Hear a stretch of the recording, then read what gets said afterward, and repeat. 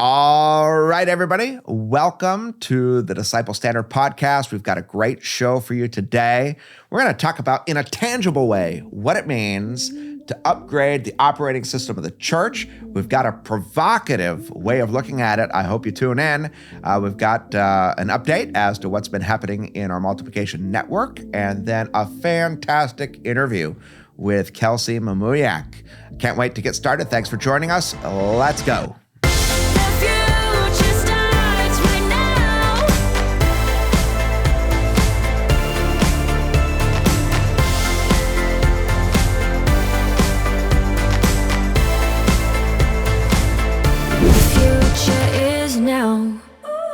Okay, let's get started, everybody, for the topic today.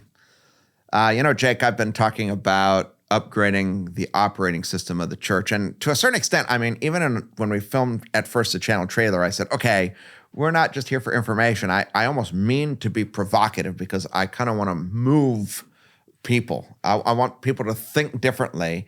And we're advocating for something. So the topic today might be even a little provocative when we're talking about upgrading the operating system of the church. And maybe there's even some people are saying, hey, what are you talking about? Or what is this all about? And so I thought, we have in our Multiply method a couple of slogans that we have that just try to get at what is the culture of this multiplication movement. And two of the slogans we have are these: go slow to go fast, and go deep to go wide. And, it's sort of counterintuitive. If you want to go fast, why would you go slow? If you want to go wide, why would you go deep?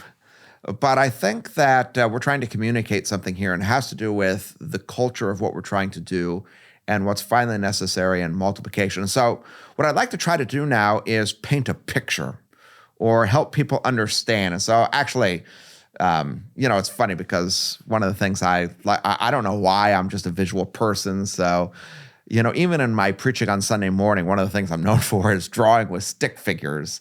But I've kind of put some stick figure drawings together to just have us think a little bit about what it would look like if you're upgrading the operating system of the church. What is it that we're trying to say, hey, that doesn't work. It's not going to keep working. And we've got to, as it were, go back to the ancient operating system and make that the new operating system, because that's what's going to work today. And to a certain extent, if there are people who are listening in, they're part of a church, maybe they're church leaders. It may be that we're being provocative. We're pushing a little bit. We're saying, hey, think about these things. And so anyway, let's see if we can dive in a little bit. So here, my first image is of a man coming down on a parachute.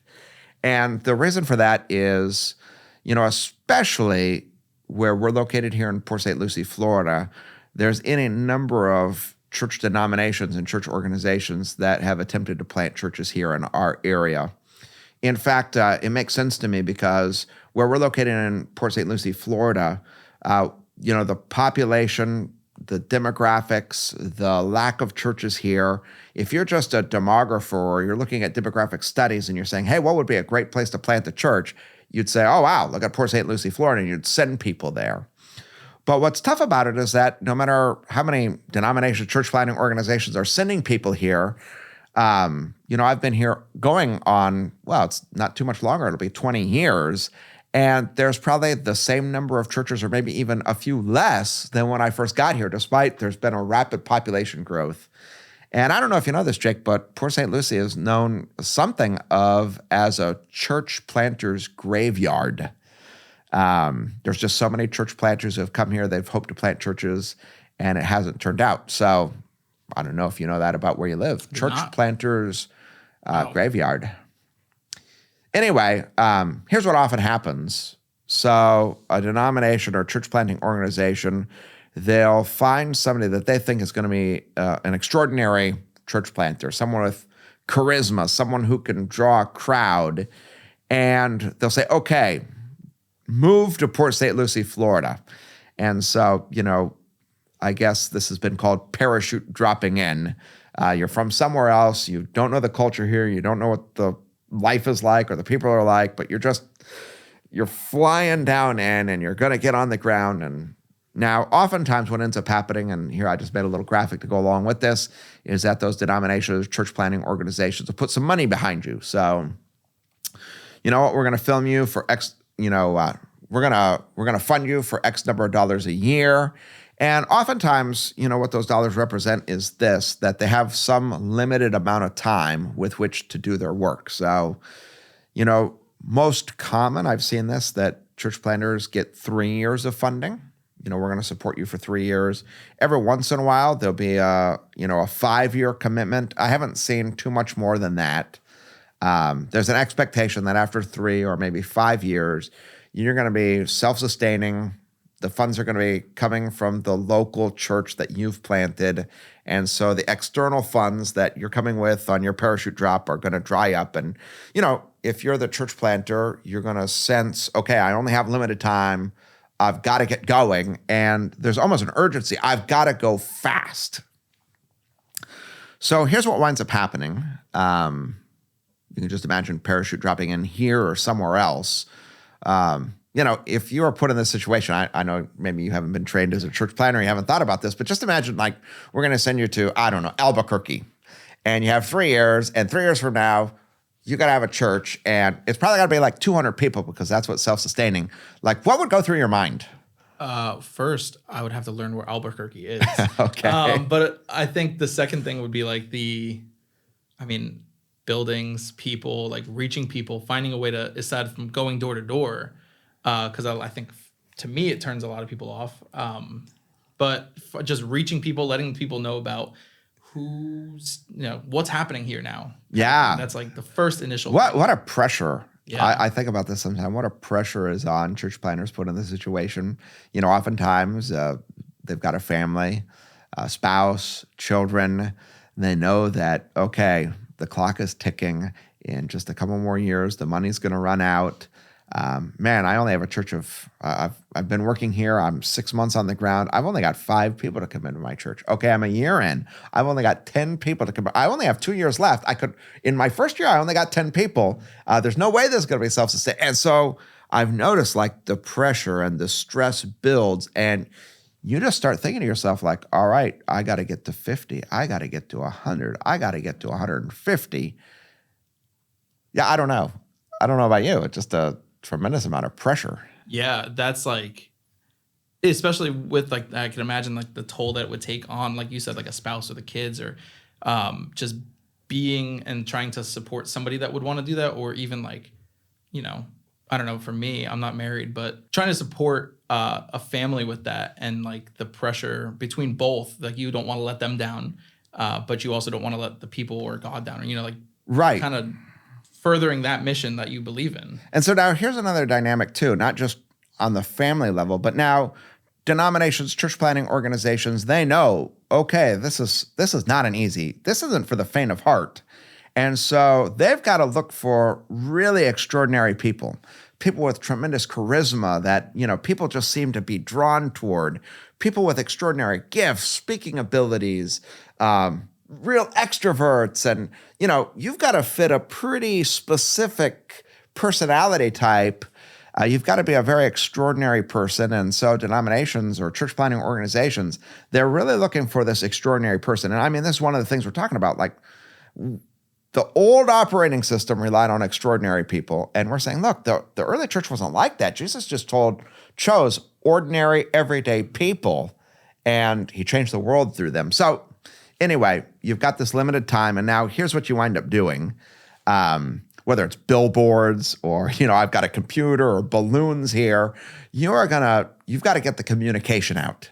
And I'll call it an attractional model. You've got to somehow, through media and advertising and getting the word out, or through personal interaction, you've got to generate a buzz or a stir. And there are all kinds of slogans, I think, especially with the modern operating system of the church, where we're having to tell people look, this isn't your grandfather's church. This is something new and hip and fresh. And we've got to create something that's very attractive and alive, and something, you're counting on the fact that maybe there are people who live in this community where they've sort of gotten in a rut with their church, and, it's not quite as fresh. But you're going to come in and you're going to have something that's going to draw people. And not just that you're targeting, sheep stealing, but even now there's people out there and you've got to craft a message that just people who maybe aren't even a part of church are going to be like, you know what? I want to become part of that. And it can't be on a slow scale. You've got to go big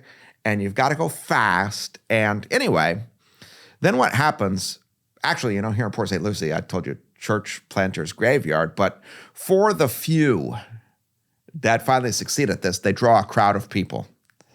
And maybe they get to 200 in 3 years. But now, it turns out that when you just gather up in just a 3-year period of time, 200 random people, they've all got their own ideas. Everyone can be in different places. And so now you've got yourself like crowd management on your hand. And so hopefully what's going to happen is you're going to hopefully grow from 200 to 400. And again, it's like a real effort. Go fast. And we can't waste any time. And anyway, this is the way that the church is operating today. And this poor church planter who's just, gone through the whirlwind of everything is back in the whirlwind. And I know many pastors and church leaders who they just feel the stress and strain of like, how do we manage a crowd? How do we grow the crowd? What types of advertising or media can we use? And listen, there's not a pastor in the world, there's not a church in the world that doesn't, want to utilize the media options available more than we do. Here, goodness sakes, we're on a video podcast that is going on so many different platforms. I love the use of all these things, and I'm not against them at all. I'm just merely pointing out that there's an operating system and a way of looking at things. And now, okay, I've described what I consider to sort of be the modern operating system. This is the method of church planning that I see has just been prevalent and prevailing. Let me try to explain what we mean with the disciple standard and the multiply method. So, okay, now you have a person. And that person really, what you want is you want them to leverage existing relationships. And so, it's possible you could send someone to a new place, or it's possible that person just stays put. But here's the idea. That person, instead of thinking, how do I attract 50 or 100 or 200 people, just says, how do I make an impact in just 2 people's lives?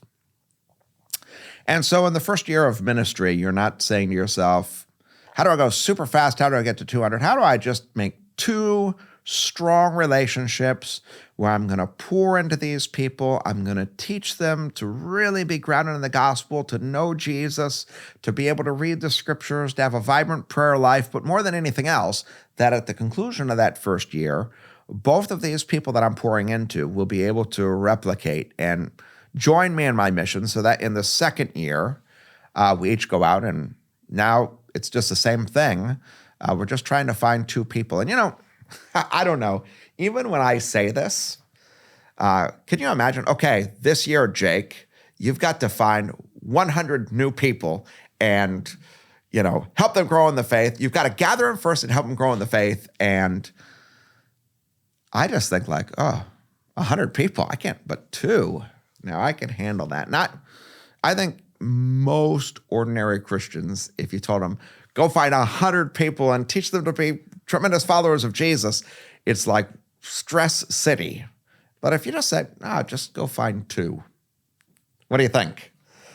Yeah, I just got done teaching at the first AV club at our school. Okay. And there were 4 kids. That's right. And I had trouble corralling them all. and I really wish I had more time to be able to specifically get into the technical parts of what I want to talk about. Right. And what it was so hard because I had to get all of them equally. So I just covered very simple and base level. And now that you said it, it really clicked in my head. Yeah. Okay. This is works. Awesome. So Jake now, in addition to all the other things he does with our elementary school, has started an audio video club. And there are 4 kids in it. And you've just realized oh my goodness, with 4 people, I've had to water down what I would do with just 1. Well, now imagine you had to do it with 100 or 200. How base level so you'd have to stay more shallow. You couldn't go deep. You'd have to stay more shallow. That's what we're talking about. Anyway, so in the second year, if the 2 people you really worked with, if they join you in the mission and everyone would go out and get 2 more, in the second year, you'd only have 9 people. Imagine you did this a third year. You'd be to 27 people if all 9 went out and got 2 more. And this is now, I always, when I talk about this is a turning point, because most denominations, most mission organizations, if they sent, their church planter and they parachute dropped into, Albuquerque, and after 3 years and a lot of dollars sunk into them, they only had 27 people gathered up. The head of that church planting organization or denomination to come and say, listen, it was a good try, nice work. You poured your heart into it, but it doesn't look like this thing is going to go. But now this is the thing. If in year 4 it happened again, you'd be at 81. And then in the 5th year, that's when, if everyone kept doing this, it'd be 243. And now just imagine what would be happening with the people who have been with you since the beginning, who've replicated and replicated again, and they've seen the people that they worked replicate, how the culture of this church would be and how unified it would be and how everyone would be on the same page and how there'd be, it's not just on one person's shoulders, but it's the whole church working together.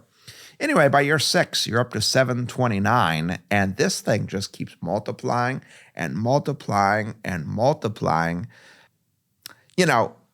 You went slow, and now, because you took the time to build that foundation, now, in just short order, you're going fast, way faster than you could ever imagine through this attractional model that's been our modern church system. You went deep with people.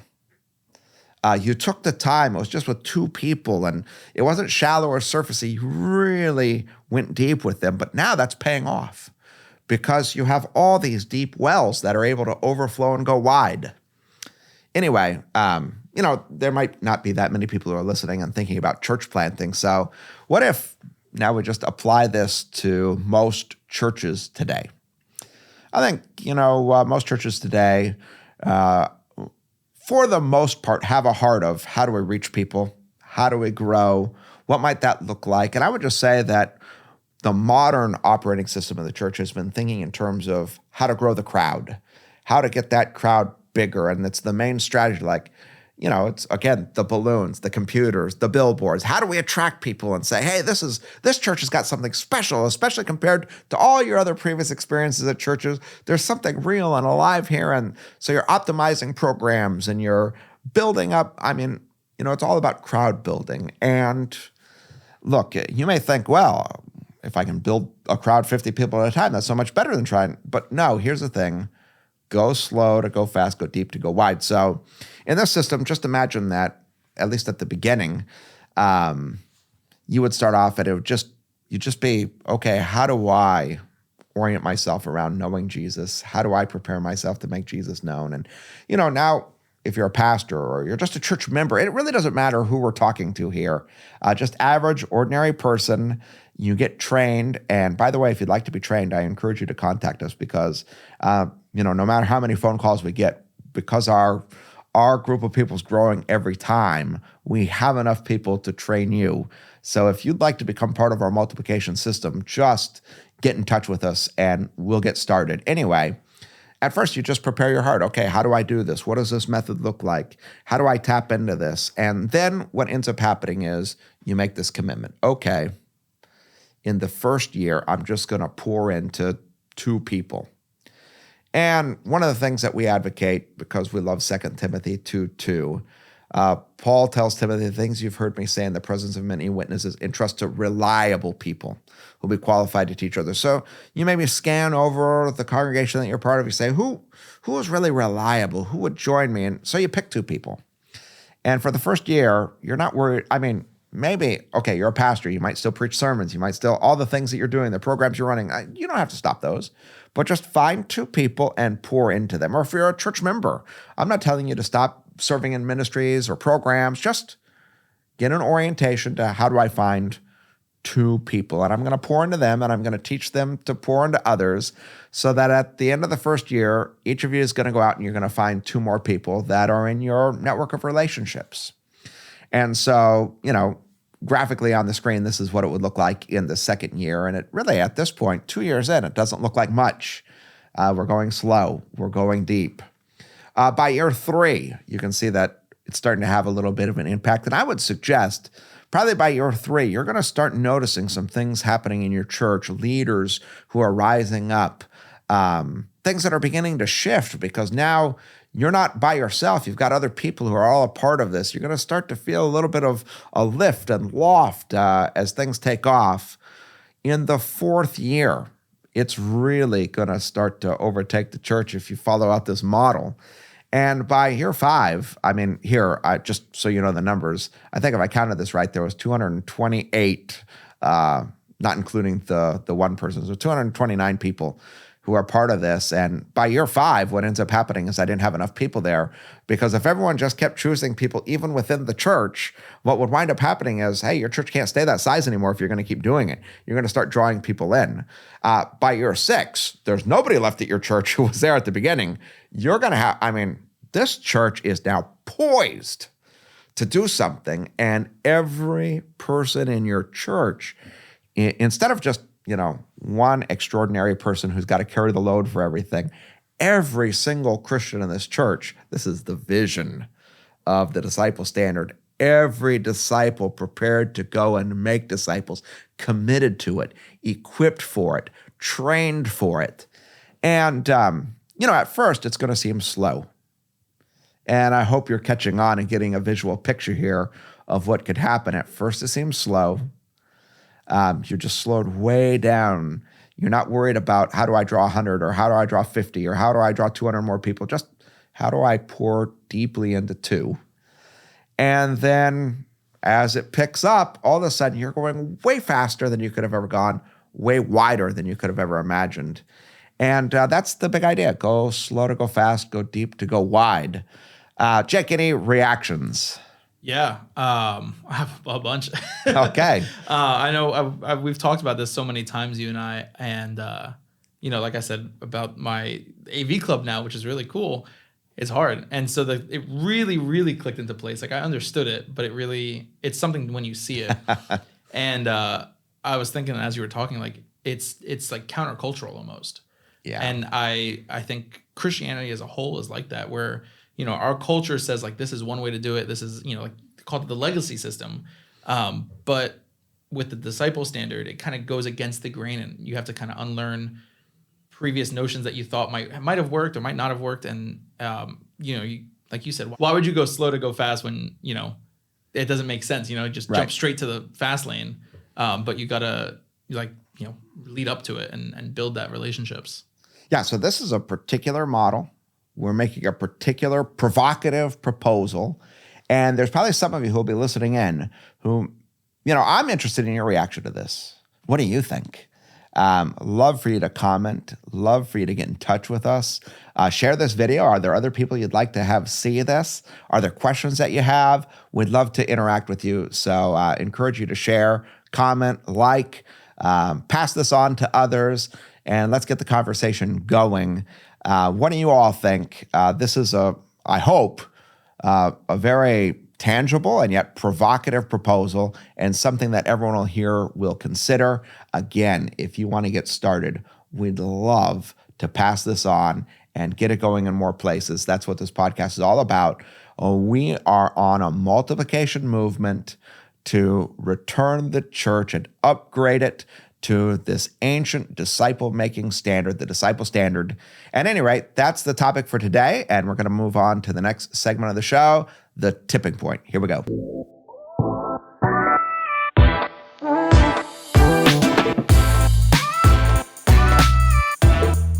All right, this week we're welcoming 4 new disciples into our discipleship system and multiplication system. Glad to welcome each and every one of them. And you'll just notice if you keep listening to this podcast week by week that we are always having more people to add to the system. That's because we're operating not through addition, but multiplication. So welcome to the 4 new. We're going to welcome John Lawal, who is being discipled by Andy Seitzma, Eric Mills, who's being discipled by Aaron Mamuyac, Brittany Mills, who is being discipled by my wife, Andrea Vanderplug, and then Peter Zweier, who is being discipled by Brian Boscher. To John, Eric, Brittany, and Peter, really glad that you're joining us. Welcome. We're excited about what God's going to do in your life. And to Andy, Aaron, Andrea, and Brian, great job. Thank you for investing in others. And I'm just sure that God's going to leave a tremendous legacy in your wake. So we're excited about that. This brings the total number of disciples in our system to date at 623. We continue to add on week by week, which is exciting.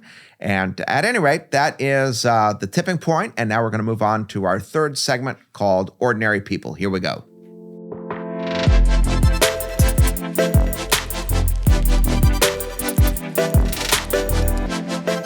All right, everyone, I would like to welcome to our show today, Kelsey Mamuyac. I've known Kelsey now for a long time, had the experience of discipling her now a number of years back. And it's been really rewarding because Kelsey is now a wife and young mother and has a tremendous discipling ministry herself. And I'm excited to have her on the show. This segment of the show is called Ordinary People. And in many ways, not to say that Kelsey's just an ordinary person, but then on the other hand, one of the things we want people to know is that, just ordinary people are the kind of people that God uses, that Jesus chose to be his disciples, to carry his kingdom forward. So anyway, Kelsey, I'm glad to have you. And let's just start with this. Welcome. Let's just start with this. I'd like to just ask you about your experience, first of all, of being discipled. What did you experience? What was important to you? And it's obvious that's something that you've carried forward now and you've bought into our idea of multiplication. But just start with, what was your experience of being discipled? Yeah, well, I was discipled by you, so that was special in its own of just our time together, and now to be able to talk about that and share that with other people. But my experience was fantastic. I really loved just getting together and kind of talking through what was going on in my life at the time. And not only that, but talking through in the material and kind of wrestling with it myself. I just found that time together to be really impactful. I think the material is great on its own, but on top of that, just developing the relationship and growing my faith throughout our time together was just really influential to not only during that time period, but has continued into now wanting to grow my faith that much more and share what I've learned in our time together with other people. Especially for me right now, being a mom of young kids, I'm finding other moms of young kids are trying to grow their faith in new ways. And it's cool to have this tool to be able to share that with them. Yeah, and let's just talk about that, because over the years now, you've taken any number of people under your wing, you've been discipling them, and now, you're a mother of 2 young children, and you get to interact with a lot of other moms. And I think there's a special connection that you have, and you're now being intentional about discipling people. Maybe describe a little bit about the move from being discipled to being a disciple maker. What was your experience of that? Go ahead. Yeah. Yeah. No, that move, it's kind of amazing how it happens, just this shift in your heart. I want to say during your time together of being discipled, you're just getting to learn more, and your faith is growing more, and your view of God is expanding in this beautiful way, and you just can't help but want to share that with other people, what God is doing in your life. And especially in my identity shift of serving in youth ministry along Aaron and those years during the time of our discipleship, to wanting to share that with our students, to now the shift of being a mom of 2 little ones at home. Now I'm eager to share what I'm learning and continuing to learn with other young moms, especially knowing the different shift of what's going on in my life, and the difficulties that I face as a young mom, seeing other young moms and their difficulties. It's easy to kind of use those experiences and say, hey, I know what you're going through, but I have some awesome material and tools and stuff to share with you, to not only grow your faith in those difficult times, but also to even raise your children with the framework and the knowledge that we've learned throughout the 222 program together. Yeah, that's great. And now let me just, a couple of things, because I think this is, at least for me, it's special, which is Aaron, your husband's already been on the show in one of our previous episodes, and he was actually the second person that I ever intentionally discipled and took under my wing. And I did so when he was a very young man, 17 years old, is when we started meeting together. And then later on, as I had the opportunity to meet you, I started discipling you. And then, as God would have it, 2 of my disciples wound up married to each other, and you now have some children together. And to me, that's very special because I feel like I got to play a role in each of your lives individually. And now, of course, I know you as a couple and as a husband and wife, father and mother. And but I'd maybe say a little bit about that because I'm thinking that the experience of the gospel and having been discipled became an important foundation for you as a couple as well. Yeah, absolutely. I've actually never thought about that until right now. You saying that you've had such an impact on our lives individually, and now us coming together, how impactful that is.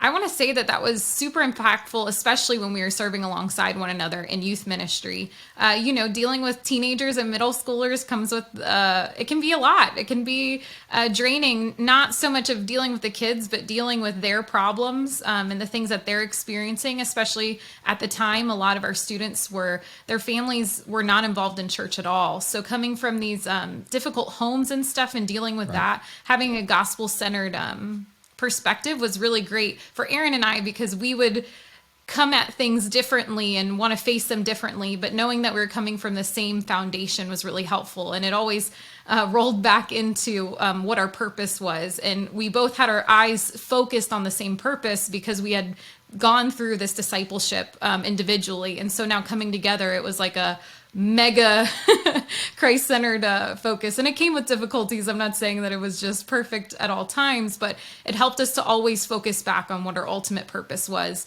And not only carrying that in youth ministry, but now as parents, now as having our own children and that own ministry within our home, to be able to question what our parenting is and our parenting styles and how we approach our children when they throw a temper tantrum in public, how to deal with those things. It all rolls back to the same thing that our hearts are just not only involved in, but are so for, and that's just a gospel-centered parenting style and youth ministry style and just gospel-centeredness all around.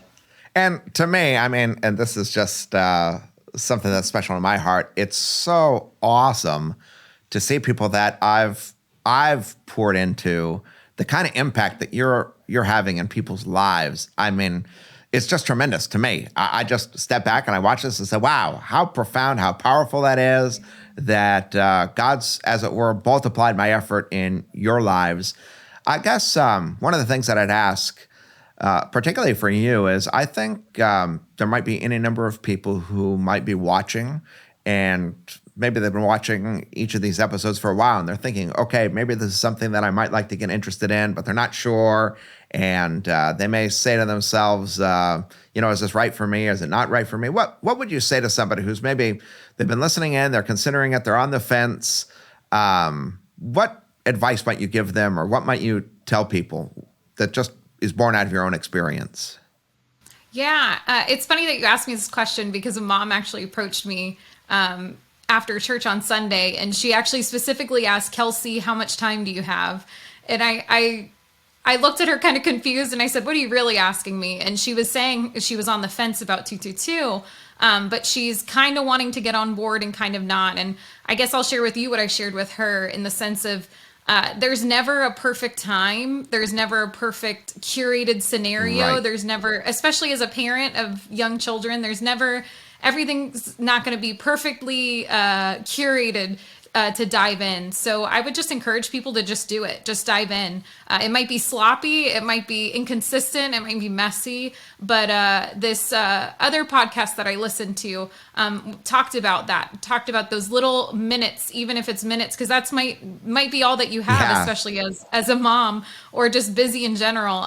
Those are impactful for eternity. And so, I mean, from 222, I can tell you that those minutes have been impactful in my life and prayerfully impactful for the other people that I've taken on and discipled as well. And like you said, that multiplication aspect. So that would be my encouragement, is that if you're on the fence, just dive in. It doesn't have to be curated. It doesn't have to be perfect. We live in a culture where things are very curated and we get lots of movie reels of people's lives instead of reality. And so it's worth it if your sink is full of dishes, if you have children that you're trying to deal with their big tantrums and whatnot. even in the midst of that, I actually met with a mom today, and she was flustered with our meeting together, but I kept reminding her the time is worth it. It's worth it. Even if it's not perfect, even if it's not curated, nothing in life is, and especially something this important, it's worth diving into. I just love that you said that. And I think this really, when we talk about ordinary people, you just got at the heart of maybe what I even mean by it, which is sometimes you get the impression like, okay, if I'm really going to be a disciple of Jesus, I got to pull myself together and I've got to become something so much bigger, so much better, or so much more perfect, or so much, it looks, the picture of your life might not be all put together. Don't doubt that it's just you with your imperfections, with your flaws, with who you are, that God can use. And not only just use, but there can be a powerful multiplication. So I really appreciate that you said that. I think it's just perfect. And anyway, Kelsey, I'm just so proud of you and, all that God's doing in your life. I just want to encourage you. And thanks for joining us today and being on the show. Everybody, again, I want to thank you as well. Thanks for always tuning in. We're glad that you're here with us, and we're looking forward to seeing you next week. Hey, thanks so much for tuning in to the Disciple Standard podcast. We're so glad you joined us. We encourage you to continue the conversation by joining us on social media. Also, if you want to learn more about the Multiply method or learn about how to take the Multiply pledge, we encourage you to join us on our website at multiply222.com. Have a great day.